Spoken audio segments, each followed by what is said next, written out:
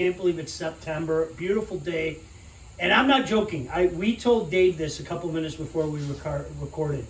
We've been doing this, what, Mike, since like the second week of April, I think? Yeah, it was right when the whole shutdown started. We started talking about it, and by the time we got in, it was a little in. Yeah. So we did. Dave, I don't know how we're going to top what we did today. I know you know how we can top what we did today, but like the day that we had the tomahawk and the beef short ribs was unbelievable. That was up there. Today was like, I mean, you said it best. The difference between being in the minor leagues, you can be a good player, you can be enjoying life, and being in the major leagues. That's what we got today from the Wagyu Brisket. Yeah, we turned on the bright lights, right? I mean, It's a great analogy. Big time. Yep. And I tell you, the difference in the meat is it's tangible, right? I mean, to the touch, to the senses, everything that's going on there. You talked about the jiggle of the meat. It's that fat is just, it's because these animals are so well taken care of, quite frankly, you know? And so when we get that brisket, and we took care of it again, right? We smoked the heck out of it. That thing turned out so nice. So nice. And we've even made adjustments for when it happens again on things that we want to do time-wise and everything. Oh, yeah. All part of that experiment. But guys, I think I said it when we were standing over here. People think they've done some good backyard brisket. I challenge you. This right here will change your game. You think, I go to this. You get this. This is 100% better than what anything you put out. I am very proud of my brisket, and you've been kind and given me some compliments, and some guys that I know that came over my house gave me some compliments. What I did before and what that is are two different things. It's bright lights. I think, but I'm Gizmo. A big differentiator is this. It's the quality of the product. Yeah. Oh, you know, yeah. So it's not necessarily that you smoked it different or you did anything crazy, right? So you got a really good product. You trusted your good piece of equipment, and we had a nice rub, right? Mm-hmm. So a nice rub on there. You time it out. You do the right things, but it's the process is the same. Yeah. The difference is the quality of the product. That's what I was saying. Like, you sit there and you bang your head. Whether it's ribs you do or whether it's brisket, it's like I did the exact thing that they do, and I keep bringing up the places in Lockhart, Texas that are known for brisket. Like, why is theirs better? That's why. Yep. Because that's what they're flaring on their smokers and getting out of that. Because what we just pulled off was Lockhart, Texas, smokehouse brisket. We have to tell you guys what we did. Now, we got this piece of meat from Dave at the butchery in Sylvan Lake. He had already had his own rub on there. And guys, his rubs are tremendous. We talked about that before with the ribs. This rub was perfect. I put this bad boy on at 250 last night at 9:30. 9:30. We hit a stall at about 7:30 this morning, and it stayed stalled. There's no other way to say it. You let me know the stall hit. I got here 3 hours later, and it was 1 degree. Literally 1 degree. It's trying to work through all that fat, right? All that muscular inner stuff going on in the middle there. So it's a time thing, right? And once it broke down, oh my gosh, right? The levee breaks and all that moisture is really working to do its job.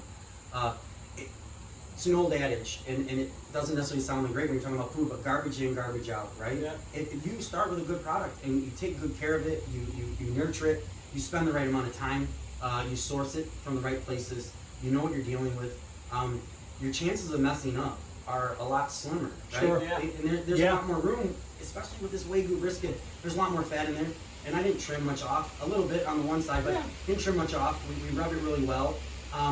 So there's a little more leeway there too. I think I've talked to you about it before. I leave all the fat on there. What if I go a little too long, or if I got it on a spot of my smoker's a little bit hotter than another spot? I don't want it to dry out. I'm not trying to dry out. So rotating and understanding that you might spend a little more money, good amount more money for that nice piece of meat, but there's a little liberty there, Worth it to make some mistakes. Yeah, 100% worth it. That was amazing. So what we did is we did put foil on it. You can use you know, I know a lot of butcher's paper. You can use something like that. Yeah. We put foil on it. It was about 1 hour and 45 minutes. It kicked the temperature up. But Dave, you made a great suggestion. Why don't we go from 250 to 275 to what's the best way to reignite the bark, to harden the bark? How would you describe it? So because we put it in the foil, we created a little bit of moisture and a little steam, right? So it kind of softened up that bark that had been creating for 14, 15 hours. Yeah. So it's not dry anymore. It's now soft and moist. everybody likes a little bit crisp, right? That texture difference, that thing you're like, oh my gosh, all the intense rub is on there, all that goodness. That piece is created, right, by it drying out. So what we did was took the foil off there, we cranked up the heat a little bit, and we dried it back out a little bit. Nothing crazy, just was maybe 15, 20 minutes just to dry that back out. And that bark, it was almost like a, you when you're slicing it, you get the texture, you know, that crisp. It's hard to, it's not crispy like a potato chip, but there's a bark there. It was really, you got a nice smoke ring on there. I tell you what, if I wouldn't have known any better, I would have thought you were teaching me how to do the brisket. It came out that good. It came out that good. You know what's great though, and Dave, you blew our mind about this. I think we made reference to it last week, and if we didn't, here we go again. Mike, you and I have our trusty thermometers, always looking at the temperature. Yep. This guy, and I'm convinced it's a God-given ability. It is. Yeah, just poke at it, look at it, knows. And Yep. you know when I knew the brisket was good? I'm not serious. When I was walking with the brisket and you were looking at it and you were just going, ooh and ah. And I was like, ooh, I know Dave well enough now that this is going to be solid and everything. You knew just looking at it. Had all the signs of being done perfectly. Is that something that your senses were honed over the years? How do you describe that? You nailed it. It's 20 long, no, 20 plus years of working in steakhouses, meat-centric restaurants, right? Being at meat markets, working, you know, in the cut room, even at our butcher shop. It's understanding the meat from harvest, slaughter to finish, cook, right? So all my experiences as a chef kind of bring it home, right? So I can look and touch the meat and understand it, but I know how to cook it, right? So it just adds another element, and it's all that experience wrapped into one. Give me, like I said earlier, it's a senses game for me. And I was like, Mike, I'm like, you guys have these, you're using the tools and they're working, and I'm like, oh my gosh, I felt so off because I didn't know times, I didn't know these exact things. And Sean, you kind of looked at me like, oh yeah, who's this guy at first? Like, what is he talking? He doesn't know the times on this smoking process. Well, Doesn't need it. Turn out we didn't need it. No. Same thing with the pork butt and the bacon. I mean, it was it's been in roughly an hour and a half. Okay, give it 15 more minutes. And now knowing the pieces of equipment too, it's just a part of the game. True story. He did. You open up your smoker because Mike's a nice human. He brought his smoke over as well. He looked at it, goes, okay, about 15 more minutes, and it was. I mean, really, that's what it came down to. Now I didn't have a chance to have, and I'm going to try it because we have some left over. But you had the pork belly, just smoked, and you had the pork belly. Basically fried as bacon. Was there a big difference? Was it similar? How would you describe it? The only difference I would say is with the sweet one, the putting it in the pan and on the fire intensified that sweetness. It kind of brought it up. So like that, but it was just pork heaven as smoked before Really we put it was. on the fire. Like Really was. You got to be very intrigued by that. I would bet people would look, oh my God, he ate raw bacon, he's gonna die. But no, it's been cured. We smoked it. Yeah. We just didn't crisp it up. Yep. And that's all that was. It was a chewier, more softer pork bone. I mean that's why I stopped calling it bacon. I started calling it my pork bone. It was that's something that you can do at home. That's something that now I want to try at home. The next time I go see him, I promise you, Dave, I'm going to buy one of those because I want to try it myself. Now I just want to try it myself because you kind of showed me how, and it's pretty idiot proof. And well, I'm an idiot, but I want to try it myself because it is. There's so many different things you can do with it. Different flavor profiles. Yeah. Different. It's easy. It's fun. It could be a family project. You know, any of those kind of things. Yeah. But I think you also can. You don't have to smoke it. You could have roasted. We could have roasted that pork belly and kind of finish it right in the oven and slice it up and did a lot of different applications. Right. The chef in me goes all over the place. But it is. Maybe it's a little bit of. It's everybody has their own interpretation, right? Whatever you want. Like Mike was saying, he likes things a certain way. You like things a certain. So it's fun to be able to manipulate it, right? Oh, Yeah. absolutely. No. That's that experiment. That's what we looked to do when we first started doing this, and this was a great day. I got an odd one maybe. What if we have a call to action? What if people want to see us cook? Because Sean, you said, what else? How do we top this? I don't know how to top this. I'm doing my Sean voice. How do we top this? Oh, yeah. Sorry, guys. gosh. No, Oh, no. So, what can we do? What do people want to see? That's a great.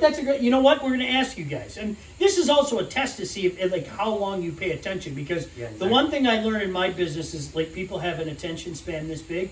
If you're paying attention right now, and there's something that you want to see us make, I'm all for it. I like adventures, Mike. You and I over the years, we've screwed things up. There's no other way to say it. In this 5 months now, can you believe we've been doing this 5 months? We haven't screwed anything up yet. And a big W like today. Oh, today was unbelievable. Seeing you guys' faces was exciting. Unbelievable. Oh, I mean, I can't tell you how long I was dancing while we made brisket nachos and brisket tacos. See, that's the pictures. There you go. We did brisket finish, 4 ways. Yeah. Oh my God, I was dancing that whole time. That's what I also wanted to bring up. You're so much more than meats as well, because you had like the taco bar set up, you had different peppers set up, you had different barbecue sauce set up, and that was the cool thing. It was like, okay, well you can have brisket this way, you can have brisket that way, and it all worked. It all worked. That's the idea, right? We're having fun with the food. We cook this beautiful brisket. We could sit there and eat 5 pounds of brisket and they roll us out of here. But I think it's having fun with all the other flavors, Oh, absolutely. right? That's again, it's back to the chef thing. I'm torn. You know, sometimes I'm like, am I all butcher? Am I all chef? I'm both. You know, and I kind of embrace it that way and do whatever I can. But that joy, I have this picture in my head. You got me in one corner, I'm dancing, Sean's eating and laughing, and you're doing the same thing, Dave, but you weren't eating, you were prepping and cutting everything and putting everything together, and you were so Bingo. excited to Yes. have us taste these different the mustard, the onion, the jalapeno. that It was sounds such a good. pleasure to see, and we all it's had a different sport, things. It's a sports analogy, right? Where it's kind of like the coach is watching the team come together, right? Watching the team play and do well, Yeah. right? As I guided you to make the bacon or we made the brisket together, whatever. But watching you guys do it, the excitement of me seeing you guys do what I do seems to become pretty easy to me, right? Or fun to Yeah. me. But it's not. It's a long time and hard work. But you guys picking up on it, it's fun to watch that.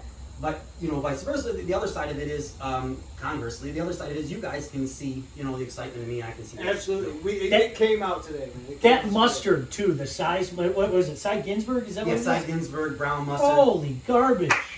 I mean, Just a little bit on there, and it's Brisket. like, and you know what it reminded me of? And Mike, we got to find our way out there. You made some pastrami. I tried a little bit of your pastrami. That's like honestly, that's go to the frickin' deli good. You know, that's Can the you type just of keep stuff that mentioning you. that while I haven't had it? This is now the 15th Sorry, buddy. time. we do have a deli going on over there, so yeah, it's kind of like going to the deli, I guess. We'll buy I'll buy you a sandwich the next time we're there. Okay. All right? Yeah. I'll do that. Definitely. Anything else? No, I Thank think you. I think Thank we're you. good. Are Thank you for letting kidding me? enjoy My this, goodness. awesome piece of Dude, meat come with over you. anytime. You know that. You have an open invite. That was awesome. Seriously, if you have a suggestion, hit us up on Twitter, okay? Go hit him up as well. It's the Butchery on Orchard Lake in Sylvan Lake. All right. See you guys. Yep.